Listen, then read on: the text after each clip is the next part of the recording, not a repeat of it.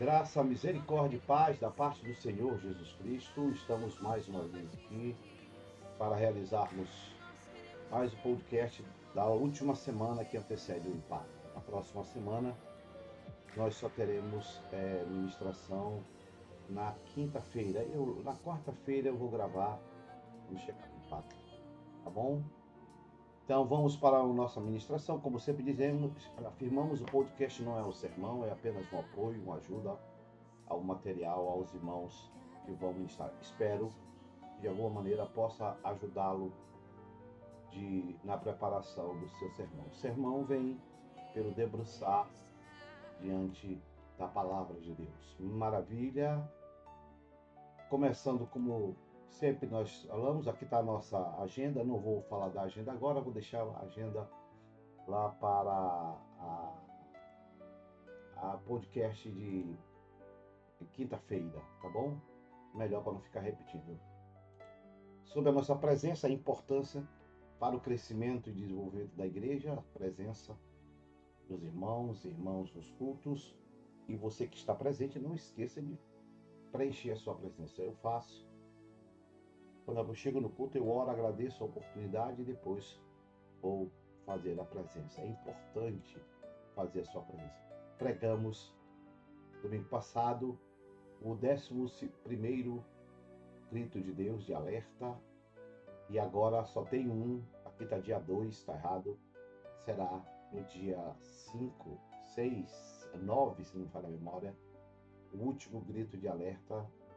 Chegaram os dias de buscar a face do Senhor. Mas isso, na próxima semana, ficará o nosso grito de alerta. Estamos conversando com os pastores sobre essas agendas. O único pastor que eu não conversei ainda, dos 12, aqui de cabeça, pastor Raimundo Neto, eu não falei. Pastor Bruno também não falei. Pastor Macloude e Márcia, não falei. E nem Késia. Espero lá no Impacto. Essa semana não vai dar tempo, estamos focados no Impacto. Não vai dar tempo para nós conversarmos, mas espero que depois, ou durante, o Impacto, eu tenha uma oportunidade de conversar com esses pastores que eu não conheço. Os demais já estão devidamente orientados e creio que eles estão seguindo as minhas orientações no que respeito à nossa reunião do dia 27 de dezembro, as pendências, né, que nós solicitamos e pedimos aos pastores da igreja. Maravilha, né? Está chegando os últimos dias das 60 dias de propósito, dia 28, agora na sexta-feira, o dia da saída para o impacto, nós terminamos os 60 dias de propósito. Aqueles que estão meditando na palavra, né? Deus abençoe, lendo o livrinho, cada meditação no dia, espero que de alguma maneira tenha ajudado a sua vida no crescimento, no fortalecimento da sua vida. Quando faltam 5 dias, eu vou gravar hoje ou amanhã, não sei, um vídeo só sobre o impacto. Amém? Não deixe, não fique, minha palavra é não fique em Manaus. Pastor, procure a liderança, procure os irmãos, não fique em Manaus. Não ponha obstáculos. Os obstáculos já são grandes, são difíceis. E eu creio que cada um que está aqui me ouvindo tem um grande obstáculo, dificuldade, as coisas tudo são caras, né? Fizemos o L, né? Não fizemos o L? Agora estamos pagando pelas decisões, pelas escolhas erradas. Talvez você não, eu não, mas alguns fizeram e nós todos estamos pagando. Né? Sabemos disso, mas as dificuldades, aumentam. Mas quando eu coloco, ajudo, somo para que essas dificuldades sejam maiores. Queira aí, esteja lá, não perca esse momento especial de Deus na sua vida e na minha vida, os dias do impacto. Nosso tema, nunca desista, prossiga. O primeiro tema, a primeira ministração, né, da culto de amanhã é: somos mais do que conseguimos ver. Somos mais. É claro que o título está falando Uma palavra, nosso tema é nunca desista, prossiga, né? Esse é o nosso tema que nós estamos usando. E claro, esse tema que vai pregar o pregador e a pregadora tem no sentido de uma palavra de ânimo, de levantar, de erguer, de acreditar. Uma palavra muito importante para aqueles que estão com algumas dificuldades, estão em dúvidas ainda se vão ou não vão para o impacto. Essa palavra é uma palavra de ânimo, de encorajamento, de fortalecimento à vida, para que nós continuamos acreditando, não que os outros, não que muitas vezes até eu mesmo pense de mim, mas o que a palavra que Deus menciona e pensa sobre mim. O texto é do carta do apóstolo Paulo a 2 Coríntios, do capítulo 4, do versículo 7 a 11. Se o pregador quiser ler do primeiro, fica a seu critério, sua escolha. Eu vou ler do 4, do 7 a 11. Mas temos esse tesouro em vasos de barro, para mostrar que este poder que tudo excede provém de Deus e não de nós mesmos. Está falando da minha vida, está falando da sua vida. Aqueles que aceitaram, entregaram a sua vida verdadeiramente para Jesus. De todos os lados, somos pressionados, somos testados, os inimigos fomentam em nosso torno, mas não desanimamos. Ficamos perplexos, mas não desesperados. Somos perseguidos, mas nunca seremos abandonados. Às vezes abatidos, mas não destruídos. Trazemos sempre no corpo, trazemos em nosso corpo o morrer de Jesus, para que a vida de Jesus também seja revelada em nosso corpo. Pois nós que estamos vivos, somos entregues à morte por amor a Jesus, para que a sua vida também se manifeste, se revele em nosso corpo ou em cada corpo mortal daqueles que verdadeiramente entregaram a sua vida para Jesus. Que o Senhor Jesus abençoe o meu, o seu, o nosso coração ao ler a palavra santa do Senhor. A inversão de valores é algo característico dos nossos dias. Isso é notório. Sempre tenho falado, ontem que estava pregando, a gente diz que o PT não presta, a esquerda não presta, mas alguns querem dizer que a esquerda presta. E o interessante é que muita gente acredita, que diz que pecado faz mal. Lamentavelmente, alguns acabam caindo ou desejosos em cair no pecado. E essa é uma realidade que nós vivemos, a inversão dos valores. Aquilo que é certo virou errado e o que é errado virou certo. É só você ver as injustiças pela nossa alta corte e alguns ministros dos valores das coisas mais abomináveis eles defendem, em vez de defender a liberdade e a Constituição brasileira. Então, a inversão de valores é uma realidade em nossos dias. Ela está presente em todas as áreas da nossa sociedade. E o pregador pode citar exemplos, como eu citei um, pode citar outros exemplos da inversão, né? Infelizmente, também dentro, perfaz ou existe dentro das nossas, não existe só fora, mas também esta realidade acaba. Basta você ver aí as heresias, os pregadores das igrejas que pregam, encanam, roubam, que têm os seus líderes vivendo na maior opulência, né? Comprando casas de 23 milhões de jatinho, enquanto os membros vivem na miséria, na desgraça, pichilingando, e nada é feito em prol das suas vidas. Mas é esses que alguns gostam e preferem ser invertendo o que é certo no errado. Sinceramente, não acredito que já tenha havido uma geração de cristão pior do que a nossa. Essa é a nossa realidade. Parece que nós somos uma das piores gerações de cristãos, de homens e mulheres que servem a Jesus. Quando a gente lê a história, parece que essa realidade é latente. Sinceramente, eu estou dizendo, não dá para acreditar que a nossa geração seja tão pior. Olha, a igreja sempre enfrentou momentos difíceis, durante toda a sua história.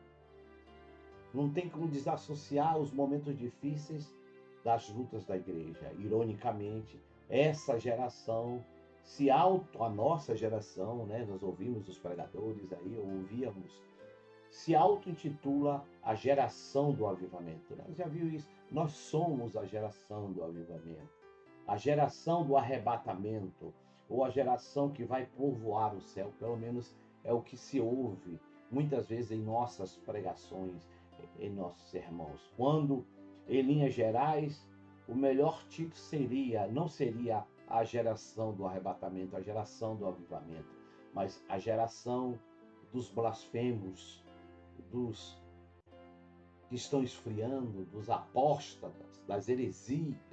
Parece que nós estamos mais parecidos com esse último título que eu estou mencionando. A geração também dos inconstantes, dos voláteis da obra do Senhor.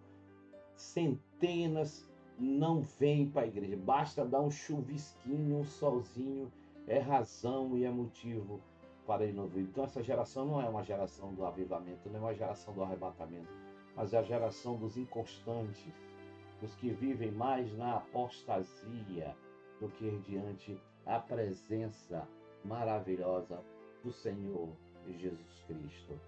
Parece que somos a geração que Jesus profetizou um dia, claramente no Evangelho de Mateus, no capítulo 24, 22, que ele disse, Jesus, se aqueles dias não fossem abreviados, nenhuma carne se salvaria, mas por causa dos escolhidos, esses dias serão abreviados, disse Jesus. Parece que ele está falando para a nossa geração, muito melindrosa, muito frágil, muito inconstante, muito débil, muito cheio de dualidade, dualidade dos caminhos.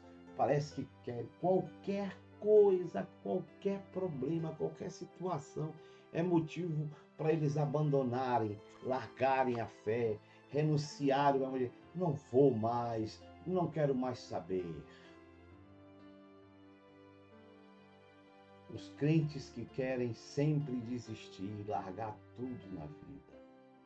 Uma geração com baixa resistência é a nossa, diante do Senhor, que não conseguimos suportar momentos de grandes dificuldades, ou de grande dificuldade, luta. Não suportamos passar. Os problemas em nossa vida é motivo, razões para abandonarmos, largarmos a obra, abandonarmos o ministério, como alguns na igreja abandonaram definitivamente. Quando chegar do impacto, nós vamos resolver essa situação. Prometo aos irmãos. Discípulos que servem ao Senhor de forma condicional e interesseira, isto é, eu só vou ao culto, eu só vou à igreja se eu ganhar alguma coisa, isto é, só seguimos se tivermos alguma ou algumas vantagens, ou alguns resultados ou resultado para as nossas vidas. Se não for assim, não quero mais saber de ir para a igreja, não há resultado. Acredito que seremos tratados, parece que continuaremos sendo tratados como crianças imaturas, inconstantes, fracas, moles, débeis, fragilizadas. Nunca seremos tratados como maduros espiritualmente por causa das nossas atitudes. Você consegue perceber a contradição que há entre o pensamento do apóstolo Paulo e o pensamento de grande parte dos cristãos da atualidade? Quando a gente lê esse texto, e claro, eu vou deixar o pregador e a pregadora refletir um pouco sobre ele, as expressões maravilhosas do apóstolo Paulo, descrevendo como como deveria ser a nossa atitude e nosso comportamento nas circunstâncias da vida que nós enfrentamos, não de querer largar, não de arranjar desculpa, meu dedo dói, eu digo assim, eu não vou para a igreja porque eu tenho um problema de saúde, mas eu vou para o trabalho. Eu digo que eu não tenho saúde para ir para a igreja, mas eu tenho saúde para o trabalho. Eu aprendi uma coisa, quem está falando para você agora não é só um pastor, é um mini executivo que está há 42 anos na empresa. Estou saindo, estou largando, pode ser esse ano ou no outro, não sei, pode ser até que seja esse ano. Não sei, já estou aposentado. 42 anos, eu tenho uma filosofia de vida. Se eu não vou para a ronda, eu não vou para a igreja. Se eu não vou para a igreja, eu não vou para a ronda. Se eu estou doente para não ir à igreja, eu estou doente para não ir para a ronda. Pode prestar atenção. Raramente, quando eu não vou à igreja, eu vou à ronda, a não ser que eu tenha melhorado ou vice-versa. Eu jamais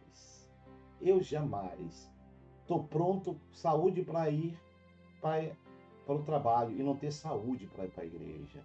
Hoje, a nossa geração temos desculpas para não ir para a igreja, mas o trabalho eu estou lá batendo. Por quê?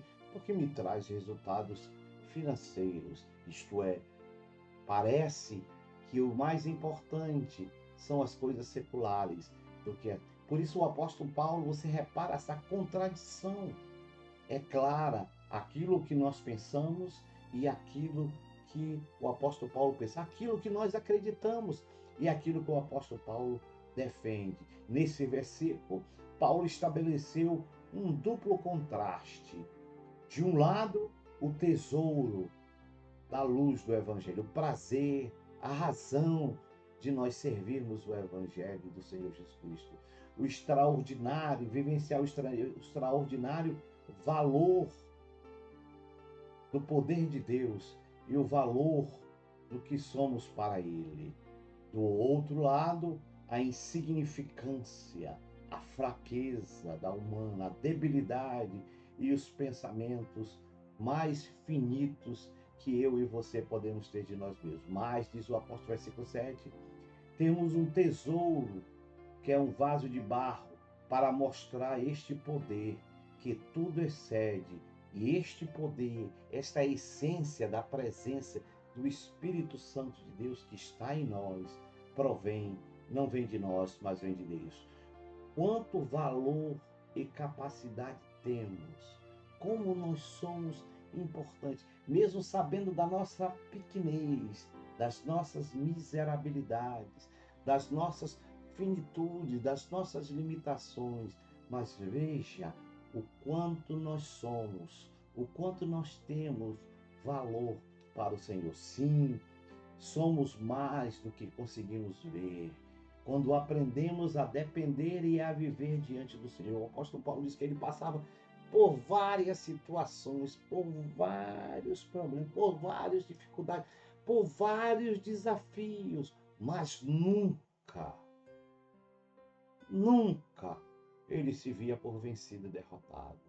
Ele sempre se levantava, ele sempre se erguia, porque o que estava nele não era um vaso, dentro do vaso, não era algo do homem, era algo que provinha de Deus. Deus estava dizendo o quanto nós temos importância, o quanto nós temos valor para a obra e para o trabalho de Deus. Sim, somos mais do que conseguimos ver. Quando aprendemos a depender e a viver diante do Senhor, descobrimos que em Cristo sempre seremos mais do que o inimigo, quer venhamos ser ou acreditar. Quando eu estou entregue nas mãos do Senhor, eu descubro o tamanho do valor que eu tenho para a obra de Deus, muito mais do que o inimigo. Eu que descrevo algumas características desse valor. Podemos não desanimar tão fácil. O apóstolo Paulo fala de muitas situações. A importância, pastor, eu sou muito fraquinho, sei, irmão, eu também sou fraquinho, mas nós podemos ser um pouquinho mais resistentes. Nós precisamos aprender com o apóstolo Paulo algumas características do valor e da força que está dentro de nós para resistir situações que o apóstolo Paulo menciona e o pregador. Podemos não desanimar tão fácil. A primeira atitude, se eu quero continuar firme diante da presença do Senhor, acreditando que eu sou mais do que eu consigo ver, mais do que o inimigo, mais do que os meus pensamentos, mais do que as pessoas. Primeira coisa, podemos não desanimar tão fácil. Segundo, podemos saber que nunca estaremos sozinhos. Terceiro, podemos também desenvolver, suportar situações difíceis e vencermos perseguições, momentos de lutas, momentos de dificuldade. Quarto, nunca seremos destruídos, mesmo que sejam. Aí você lê o texto da Bíblia. Quinto, viver em Cristo é enfrentar provas, lutas diante do Senhor, mas é saber que sempre seremos vencedores. Eu preciso viver. Eu preciso viver, aprender a viver em Cristo Jesus, nosso Senhor. Sim, irmãos, amigos, pastores, irmãos que estão. Por isso, pare de querer desistir tão fácil. Pare de querer abandonar e voltar. Como temos sido até hoje, desistentes, fracos, cheios de desculpas. Preciso aprender a amadurecer para que essa realidade venha fazer parte da minha vida mortal e humana que temos.